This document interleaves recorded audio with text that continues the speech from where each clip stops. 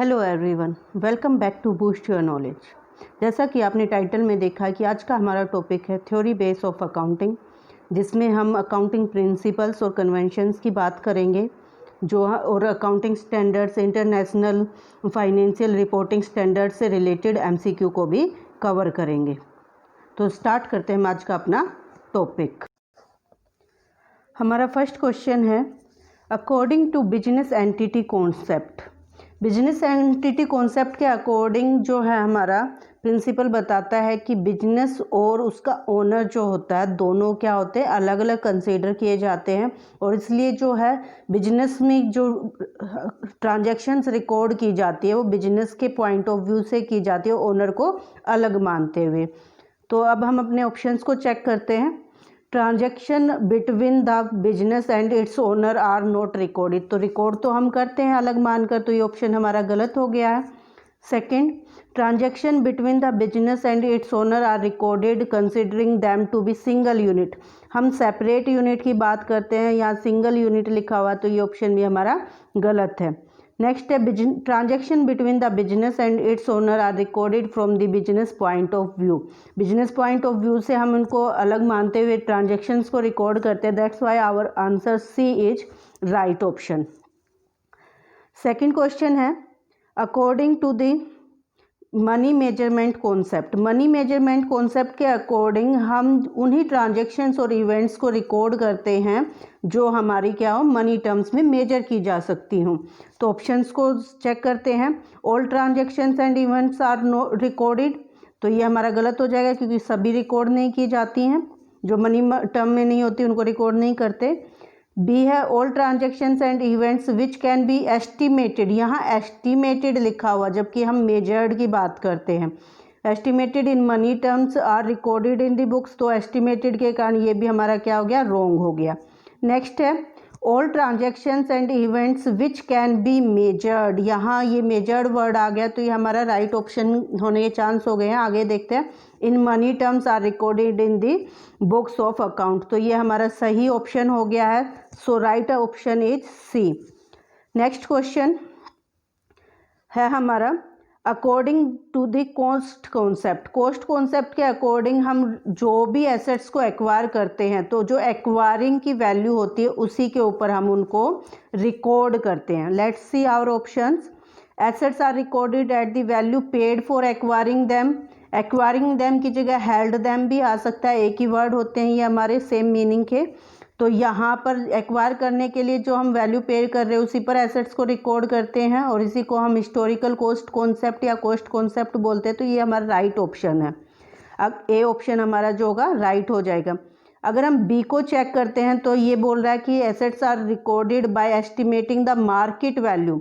Estimating of market value पर हम record नहीं करते हैं। At the time of purchase पर हम चेक नहीं करते कि मार्केट वैल्यू क्या होगी उसकी या एस्टिमेशन क्या होगा। जो हमने परचेजिंग वैल्यू है उसी पर रिकॉर्ड करते हैं, इसलिए ये हमारा गलत हो गया है। नेक्स्ट है, assets are recorded at the lower of the cost और मार्केट वैल्यू, तो ये भी हमारा जो है हम लोअर पर नहीं करते, ये हम सिर्फ स्टॉक के लिए अप्लाई करते हैं और वो हमारा अलग कॉन्सेप्ट होता है, उसको बाद में डिस्कस करेंगे। तो ये भी हमारा जो हो गया गलत हो गया है, तो राइट ऑप्शन हमारा ए रहेगा। नेक्स्ट है हमारा, according to going concern concept. Going concern concept के अकॉर्डिंग जो है हमारी, हम एसेट्स को जो है रिकॉर्ड करते हैं उनकी कॉस्ट पर, और उनके जो डेप्रिसिएशन लगाते हैं वो उनकी यूज़फुल लाइफ के अकॉर्डिंग लगाते हैं। तो ऑप्शंस अगर हम चेक करते हैं तो ए ऑप्शन है हमारा, assets are recorded at cost and are depreciated over their useful life. तो ए ऑप्शन ही इसका सही बता रहा है, तो ए ऑप्शन हमारा यहाँ पर राइट ऑप्शन हो जाएगा। नेक्स्ट बात करते हैं according to the accrual concept. Accrual concept के according transactions and events are recorded in the book at the time of their settlement in cash. नहीं, सेटलमेंट पर नहीं बल्कि ये एंटर्ड पर की जाती हैं, तो ये हमारा गलत हो गया है। बी ऑप्शन कह रहा है transactions and events are recorded in the books at the time when they are entered into, तो ये एंटर्ड के टाइम पर कह रहा है, तो ये हमारा राइट ऑप्शन हो सकता है। नेक्स्ट चेक करते हैं, Transactions and event may be recorded either at the time of settlement or entered into में, तो इन दोनों को नहीं बोलता, सिर्फ एंटर्ड इनटू वाली को पॉइंट्स को बोलता है एक्रूल कॉन्सेप्ट। तो ये भी हमारा क्या हो गया, रॉन्ग हो गया। तो ऑप्शन बी जो होगा वो हमारा राइट आंसर हो जाएगा। नेक्स्ट क्वेश्चन है, according to the convention of consistency. Consistency होता है कंटिन्यू, जब हम कोई किसी चीज़ को अडोप्ट करके प्रोसेस में लाते हैं, वो हमारी कंसिस्टेंसी है, कन्वेंशन ऑफ कंसिस्टेंसी या कंसिस्टेंसी कन्वेंशन। तो ऑप्शन चेक करते हैं। Accounting policy and practice once adopted should be consistently followed. तो ये हमारा कंसिस्टेंटली फॉलोड करने के लिए बोल रहा है, एक बार जो अडोप्ट कर लिया तो यही हमारा जो है कन्वेंशन ऑफ कंसिस्टेंसी कहता है। तो ये राइट ऑप्शन हो सकता है। बाकी आगे चेक करते हैं एक बार।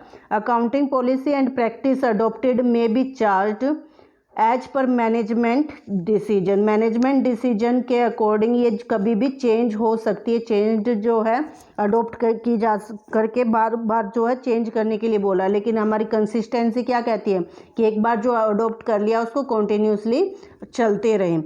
अगर कुछ बहुत ज़्यादा रिक्वायरमेंट है तभी हम उसको चेंज कर सकते हैं सभी के कॉमन डिसीजन से।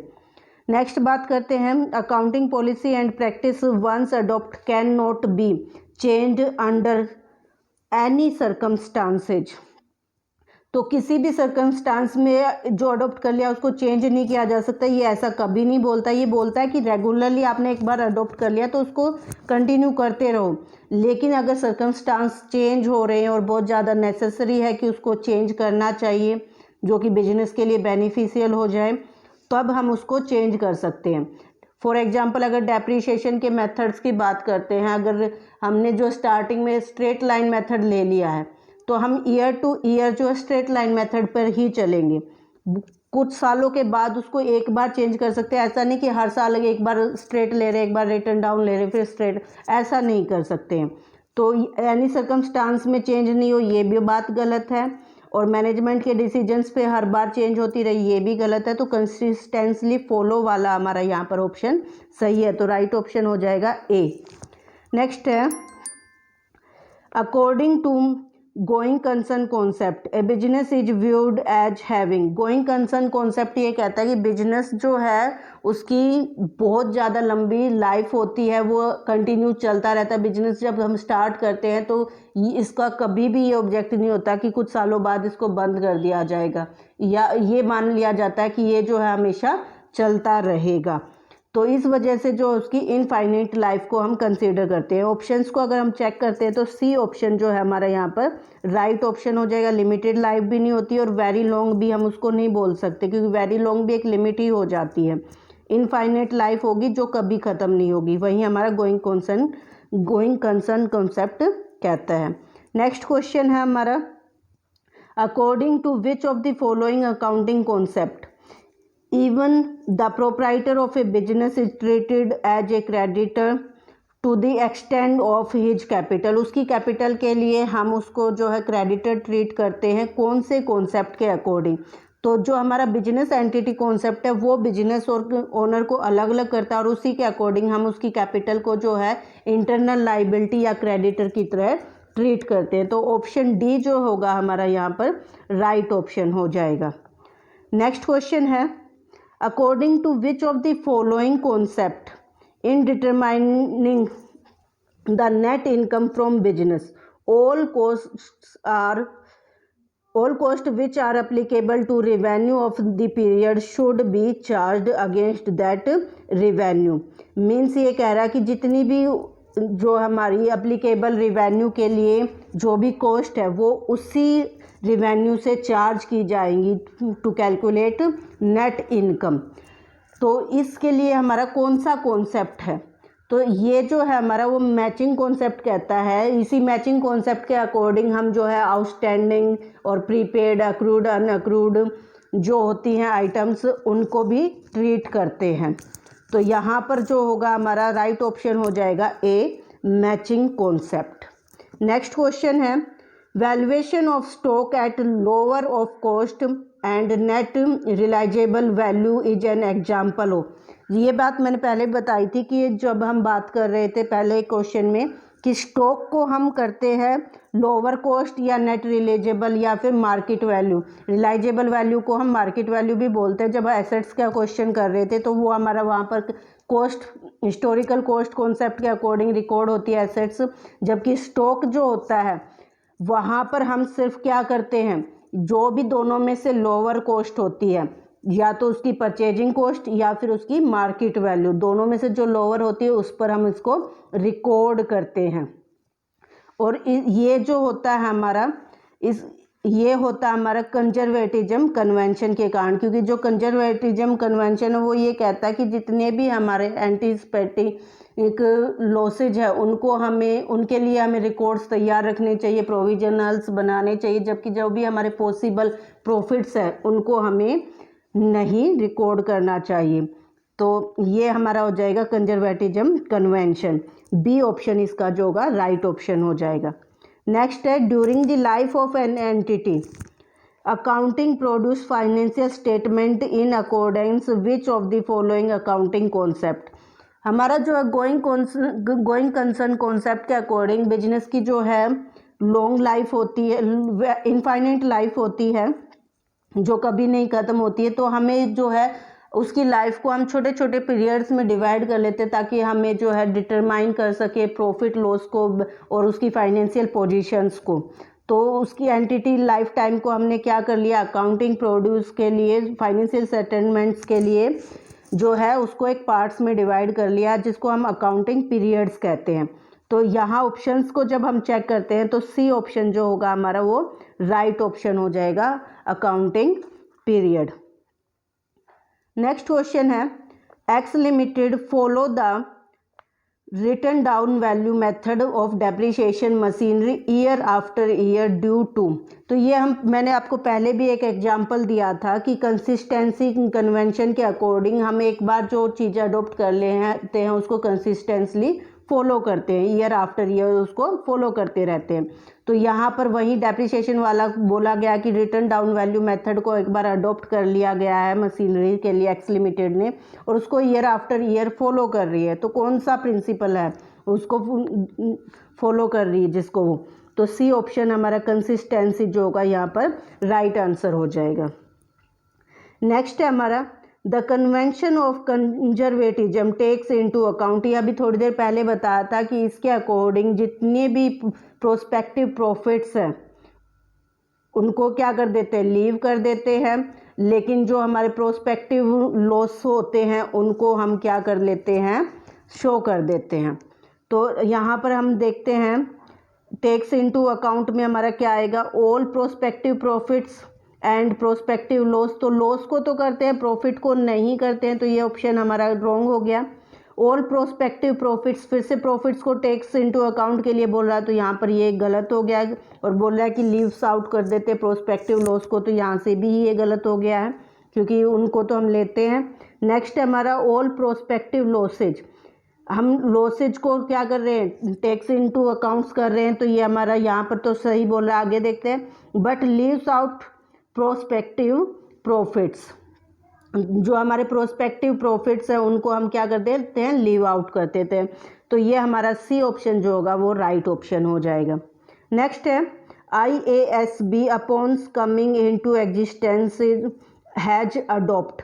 जो IASB है इसकी फुल फॉर्म होती है इंटरनेशनल अकाउंटिंग स्टैंडर्ड बोर्ड, और ये जो स्टेबल किया गया था 2001 में, और इसकी एग्जिस्टेंसी जो हुई थी उसमें जो है इसने IAS और SIC को फुल्ली अडॉप्ट कर लिया था। तो इसके अकॉर्डिंग ऑप्शन ए जो होगा ऑल IAS एंड SIC, ये हमारा राइट ऑप्शन हो जाएगा, क्योंकि सम तो कुछ को तो नहीं किया था, कंप्लीटली किया था, तो यहाँ पे ये गलत हो गया। और ये भी नहीं है कि उनमें से कुछ नहीं किया हो, तो ये भी गलत हो गया। नन ऑफ दीज हो नहीं सकता क्योंकि ए ऑप्शन हमारा यहाँ पर राइट ऑप्शन है। IAS की फुल फॉर्म होती है international accounting standards, and SIC की फुल फॉर्म होती है स्टैंडिंग इंटरप्रिटेशन कमेटी। तो इन दोनों में जो कुछ भी था उस सबको अडॉप्ट करके एक नई जो है बोर्ड बनाया गया था जिसको बोलते हैं इंटरनेशनल अकाउंटिंग स्टैंडर्ड बोर्ड, और ये जो स्टेबल किया गया था 2001 में किया गया था। नेक्स्ट है IFRS। IFRS की फुल फॉर्म होती है इंटरनेशनल फाइनेंशियल रिपोर्टिंग स्टैंडर्ड, और ये जो होता है प्रिंसिपल बेस्ड अकाउंटिंग स्टैंडर्ड है। तो ऑप्शन बी जो है हमारे यहाँ पर राइट ऑप्शन हो जाएगा, क्योंकि रूल बेस नहीं है तो ये गलत हो गया है।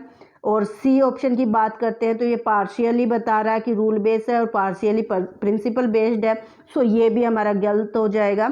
ऑप्शन बी जो होगा हमारा प्रिंसिपल बेस्ड अकाउंटिंग स्टैंडर्ड्स है ये, तो ये हमारा राइट ऑप्शन हो जाएगा। नेक्स्ट क्वेश्चन है IFRS आर बेस्ड ऑन। अगर हम इंडियन अकाउंटिंग स्टैंडर्ड्स की बात करते हैं तो ये हमारे जो है हिस्टोरिकल कॉस्ट कॉन्सेप्ट बेस पे होते हैं, तो जबकि हमारे जो है IFRS जो होते हैं वो fair value means market value पर बेस्ड होते हैं।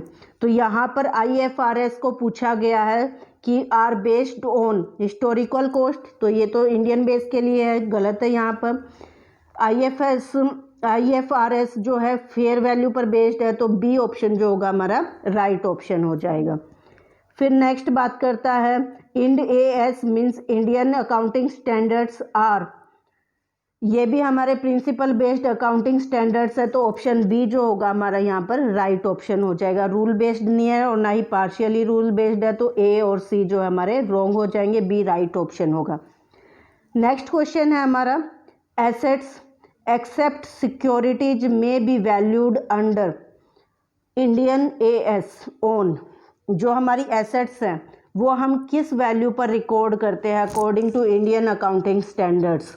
तो ये हम पहले भी डिस्कस कर चुके हैं कि सिक्योरिटीज़ को छोड़कर जितनी भी हमारी एसेट्स होती हैं लाइक मशीनरी, बिल्डिंग, फर्नीचर, इन सब को हम उनकी परचेजिंग वैल्यू पर शो करते हैं और जो है उन पर उनकी यूज़फुल लाइफ के अकॉर्डिंग डेप्रिसिएशन लगाते जाते हैं, और इसको हम बोलते हैं हिस्टोरिकल कॉस्ट कॉन्सेप्ट। तो ए ऑप्शन जो होगा हमारे यहाँ पर राइट ऑप्शन हो जाएगा। इस तरह से जो है हमने अकाउंटिंग स्टैंडर्ड से रिलेटेड MCQ किए हैं जो कि हमारे काफ़ी इम्पोर्टेंट है।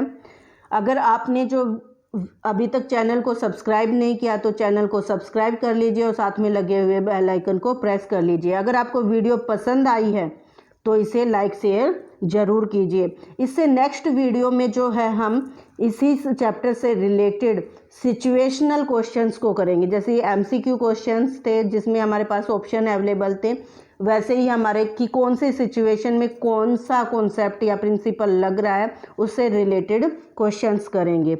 तो उसके लिए आप ज़रूर से चैनल को सब्सक्राइब कर लीजिएगा। Thank you.